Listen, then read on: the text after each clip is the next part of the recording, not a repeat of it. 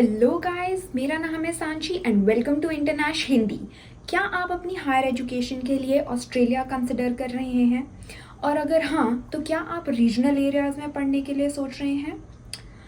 Australia ने recently Melbourne, Sydney और Brisbane के अलावा बाकी सारे एरियाज़ को रीजनल एरियाज़ में कैटेगराइज किया है और उसके लिए काफ़ी बेनिफिट्स ऑफर करे हैं स्टूडेंट्स को। तो इस वीडियो में मैं आपको फ़ायदे और नुकसान बताऊंगी रीजनल एरियाज़ में पढ़ने के। इस चैनल पे हम सारी videos international students in Australia के रिगार्डिंग बनाते हैं और अगर आप ऐसे कंटेंट में इंटरेस्टेड हैं या potential international student in Australia हैं तो प्लीज़ हमारे चैनल को सब्सक्राइब करिए और इस वीडियो को लाइक करिए।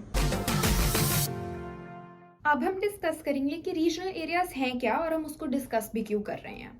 अब ऑस्ट्रेलिया में 25 मिलियन की पॉपुलेशन है, जिसमें से आधे से ज़्यादा लोग मेलबर्न या सिडनी में रह रहे हैं। तो इसीलिए ऑस्ट्रेलियन गवर्नमेंट ने डिसाइड किया है कि अगर आप लॉन्ग टर्म में ऑस्ट्रेलिया में रहना चाहते हैं तो अगर आप रीजनल एरियाज में पढ़ते हैं और रहते हैं तो परमानेंट रेजिडेंसी के चांसेस इंक्रीज हो जाते हैं। ऑस्ट्रेलियन गवर्नमेंट ने पूरे ऑस्ट्रेलिया को 3 मेजर रीजन्स में डिवाइड किया है। फर्स्ट कैटेगरी में मेजर सिटीज आती हैं, जिसमें मेलबर्न, सिडनी और ब्रिस्बेन आता है। सेकेंड कैटेगरी में cities and major regional centres आते हैं, जिसमें Adelaide, Perth, Gold Coast, Canberra, ये सारी सिटीज आती हैं। और category 3 is regional centres and other regional areas, जिसमें बैलराड और ये सब एरियाज आते हैं। तो चलो अब हम प्रोस डिस्कस करते हैं। First, you will get extra 5 migration points when you are applying for permanent residency in Australia. तो अगर आप रीजनल एरियाज में पढ़ते हैं तो आपको एक्स्ट्रा 5 पॉइंट्स मिलेंगे जब आप अपने पॉइंट्स कैलकुलेट करेंगे परमानेंट रेजिडेंसी के लिए। अब इससे आपके चांसेस इंक्रीज हो जाते हैं परमानेंट रेजिडेंसी मिलने के लिए ऑस्ट्रेलिया में। यही अगर आप मेलबर्न या सिडनी या ब्रिस्बेन में पढ़ाई करते हैं तो आपको वो एक्स्ट्रा 5 पॉइंट्स नहीं मिलेंगे। जैसे कि मैंने यूनिवर्सिटी ऑफ मेलबर्न से बैचलर्स करी है तो मेरे को वो एक्स्ट्रा 5 पॉइंट्स नहीं मिलेंगे क्योंकि मैंने मेजर सिटी से बैचलर्स करी है। सेकेंड, कि आपको extra 1 to 2 years of post study work visa मिल सकता है अगर आप रीजनल एरियाज में पढ़ाई करते हैं तो। ऑस्ट्रेलियन गवर्नमेंट के अकॉर्डिंग अगर आप कैटेगरी 2 में फॉल करते हैं या अगर आपकी यूनिवर्सिटी उन कैटेगरी 2 के रीजनल एरियाज में फॉल करती है तो आपको extra 1 year of working visa मिलेगा। और अगर कैटेगरी 3 में आपकी यूनिवर्सिटी फॉल करती है तो आपको extra 2 years of post study work visa मिलेगा। फॉर एग्जाम्पल, मैंने मेलबर्न में पढ़ाई करी थी तो मुझे सिर्फ 2 years का पोस्ट स्टडी वर्क वीज़ा मिला क्योंकि मैंने मेलबर्न से बैचलर्स डिग्री करी है।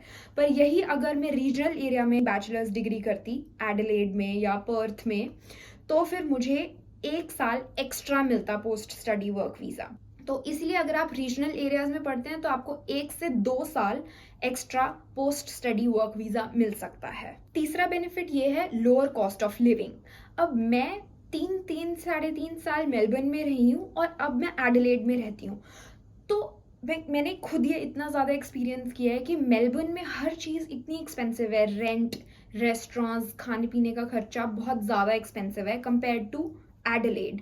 तो मतलब मैं मेलबर्न में ऑलमोस्ट $300 to $350 पर वीक भी भरा है फॉर स्टूडियो अपार्टमेंट, बट वही एडिलेड में ये सब बहुत चीप है। ये चीज़ें बहुत इंपॉर्टेंट होती हैं इंटरनेशनल स्टूडेंट्स के लिए। तो रीजनल एरियाज में रहने से आपका खर्चा भी कम होगा। अब हम रीजनल एरियाज में पढ़ने के 3 कॉन्स डिस्कस करेंगे। First, less job opportunities. अब क्योंकि रीजनल एरियाज डेवलपिंग हैं और यहाँ पे कम बिजनेसेस सेटअप हैं और अभी आ रहे हैं, तो करंटली आई वुड से कि यहाँ पे थोड़ी सी कम जॉब अपॉर्चुनिटीज हैं compare to Melbourne and Sydney and Brisbane. पर दैट बीइंग सेड, यहाँ पे अगर लोग कम हैं और कंपटीशन भी कम है, अगर सेम जॉब मेलबर्न में 1000 एप्लीकेंट्स हैं तो यहाँ पे उस सेम जॉब के लिए 500 एप्लीकेंट्स होंगे, तो आपका कंपटीशन कम हो जाता है और जॉब मिलने के चांसेस हायर हो जाते हैं। So the second con is less opportunities to network and grow. अब क्योंकि ये रीजनल एरियाज हैं और अभी डेवलप हो रहे हैं तो यहाँ की जो यूनिवर्सिटीज़ हैं वहाँ पे एक्सपोजर कम है कंपैरेटिवली टू मेजर सिटीज़ की यूनिवर्सिटीज़ से।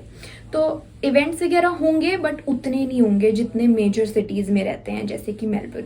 अब मैंने यूनिवर्सिटी ऑफ मेलबर्न से डिग्री करी है, तो वहाँ पे बहुत सारे इवेंट्स होते थे और बहुत सारी अपॉर्चुनिटीज़ होती थी जिसमें हम इंडस्ट्री लीडर्स के साथ नेटवर्क कर सकते थे और अपने कनेक्शंस बना सकते थे और हायर एक्सपोजर था।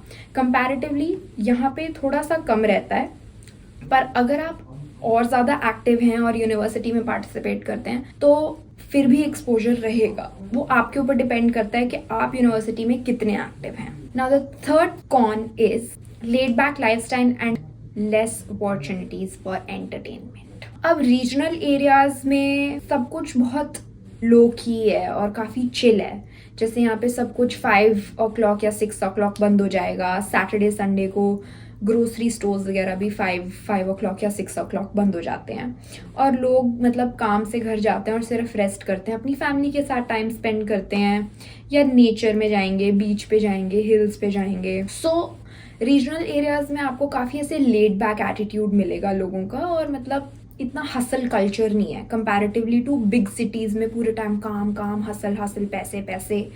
सो वो सब रहता है। आपको ये डिसाइड करना है कि आप किस लाइफस्टाइल को ज़्यादा प्रेफर करते हैं। बट रीजनल एरियाज़ में ऑब्वियसली रहने के लिए रहने से बहुत सारे बेनिफिट्स हैं और फ्यूचर में अगर आप परमानेंट रेजिडेंसी अप्लाई करना चाहते हैं ऑस्ट्रेलिया में और लॉन्ग टर्म यहाँ रहना चाहते हैं तो रीजनल एरियाज़ में आपके चांसेस बढ़ जाते हैं। अगर आपको ये वीडियो अच्छी लगी तो प्लीज़ लाइक करिए और नीचे कमेंट करके हमें बताइए कि अगर आप रीजनल एरिया में पढ़ाई करने का सोच रहे हैं तो कौन सा एरिया और कौन सी यूनिवर्सिटी सोच रहे हैं। Thank you so much and see you in the next video. Bye.